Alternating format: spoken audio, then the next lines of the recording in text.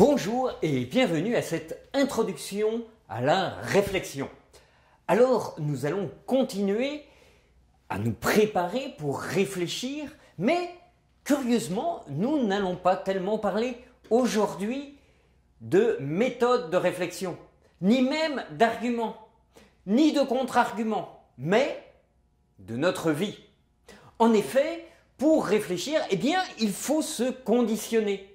On ne peut pas réfléchir si nous ne sommes pas en bonne condition pour réfléchir.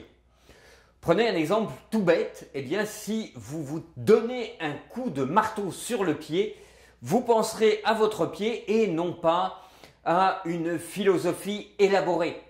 C'est très simple. Alors, comment se conditionner pour réfléchir? La première des choses, elle paraît évidente, mais c'est de préparer sa pensée. Si en effet vous passez votre temps sur les médias sociaux et si vous passez vos temps sur les jeux vidéo, votre esprit va être occupé par plein de petits personnages qui vont vous envahir l'esprit. Et votre esprit ne sera plus disponible pour la réflexion. Et donc, ces petits personnages, il faut les repousser même s'ils résistent. Et pour cela, il va falloir donner du temps.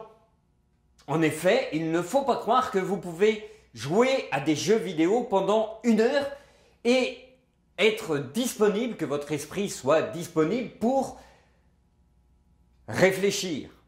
Ces petits personnages, en effet, ne cessent de polluer notre esprit. Alors, il en va de même d'ailleurs pour les conversations. Les conversations vides de sens qui aussi nous envahissent. Certains d'entre nous ont des textos qui n'ont aucun intérêt.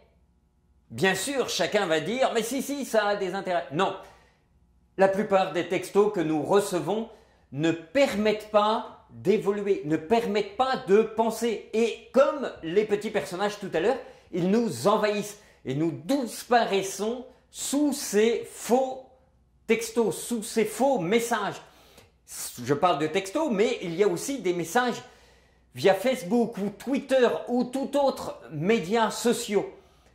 Les médias sociaux sont importants, mais il faut leur donner leur vraie place.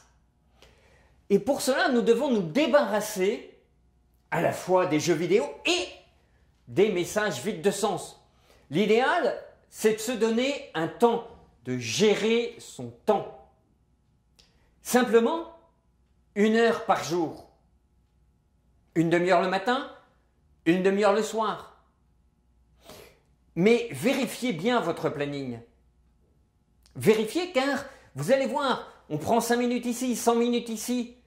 Et au final, notre temps est pollué. Alors, effectivement, pour bien penser, nous devons gérer notre temps. Ça veut dire aussi imiter les grands sportifs. Avoir une discipline de vie. Est-ce que chacun d'entre vous a fixé des horaires? Oui, je sais, cela paraît ennuyeux, mais non. Il faut se discipliner pour réfléchir et intégrer dans cet horaire, dans cette plage de vie, des moments de temps gratuit, de pensée gratuite. C'est quoi la pensée gratuite? Tout simplement rester seul et laisser vagabonder son esprit. C'est très important.